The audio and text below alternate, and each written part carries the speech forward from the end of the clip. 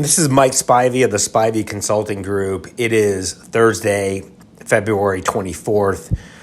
A little bit of a somber message because of the assault and invasion last night of Russia into Ukraine. And I've been asked a number of times already how this might impact law school admissions, legal employment, law schools.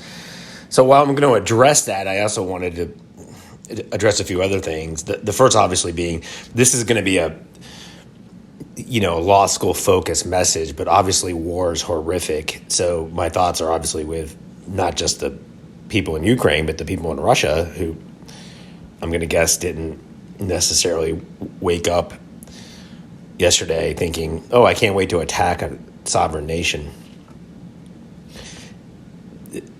If there's one thing I've learned is that powerful people with egos like to conquer others, and that would seem to be at play here. So I don't want to minimize that. The other thing I wanted to address is I did read someone say, it makes the horror of, I rightfully say the horror of war makes, rejection seem a lot more trivial. To that, I would say yes, but also you're still very much allowed to feel for yourself.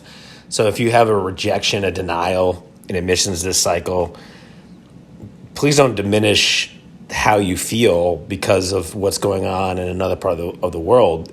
Great if it if you feel for anyone else, but feel for yourself too. And life is.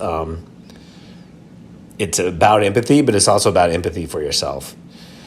So let me move on to sort of the thoughts that I've been tracking over the last few weeks vis-a-vis what we saw was this likely event, which has now happened.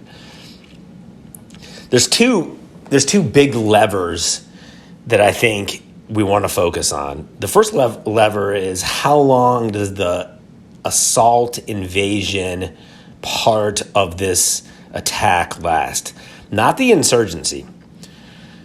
So Ukraine is larger than Germany geographically. It's larger than France geographically. And I'm not a geopolitical expert. That's a disclaimer. I'm not a military strategist. That's a disclaimer. But you could see a scenario where there's a long-lasting insurgency, which would hurt Russia more than anyone. But the invasion, how long does it take for Russia to conquer their objectives? And I don't quite even know what their objectives are. Probably to dismantle Ukraine's leadership and roll it back into Russia. The longer that takes, the more global markets are going to tank because global markets hate uncertainty.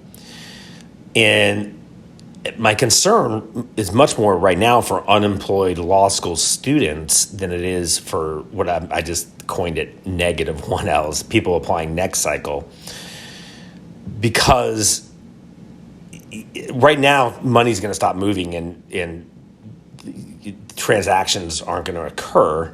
So if you were an unemployed student with probably, I hate to sound optimistic, but with some maybe pots on the burner and some optimism of jobs coming, I think you're going to see a short-term shutdown.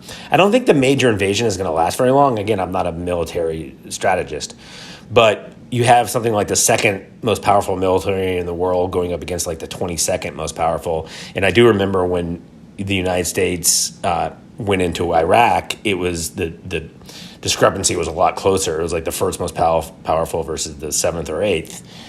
So my point there being, I think this major invasion is going to be short. I'm talking 2 weeks to a month, and I think global markets will rebound quickly, and therefore money will start moving again. So I don't think we're going to see that sort of lever pull very hard, very long. So the second lever would be how deeply does America want to get involved? Everything that we do to Russia comes back and hurts us as well. It's just such a global market, even though, Russia produces 10% on a daily basis, 10% of the world's oil. So, the more we penalize them, the more inflationary factors go up, the more oil prices go up, the more commodities I mean, food doesn't really impact inflation so much, but it impacts your pocket. That I'm worried about lasting a much, much longer time. And it's I don't really know where this is going to go. So right now there's probably a lot of political will on both sides of the aisle to really hit Russia hard with sanctions. But once Americans get hit back by that, I think that political will probably diminish. And my best guess, and this is so like no one knows, right? So I listen to people who know infinitely more about this than me, and they don't know. But my best guess is the major invasion won't last long. So global markets will rebound, which at the undergraduate university level is incredibly important because of endowments being tied into those markets. At the law school level, I think we're going to see a short-term freeze on hiring, but I think that won't last long.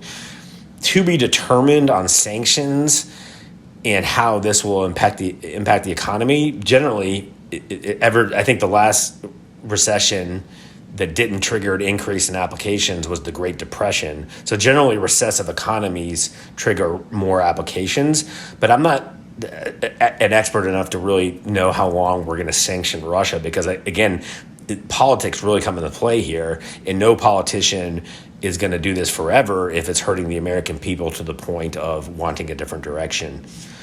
So to be determined, we're going to track this.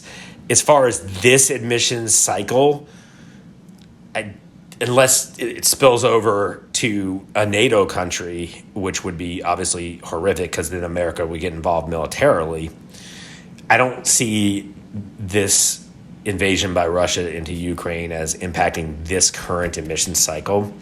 So I wouldn't worry about that at all. The admits are going to keep rolling out, and they're not going to be hinged at all upon this.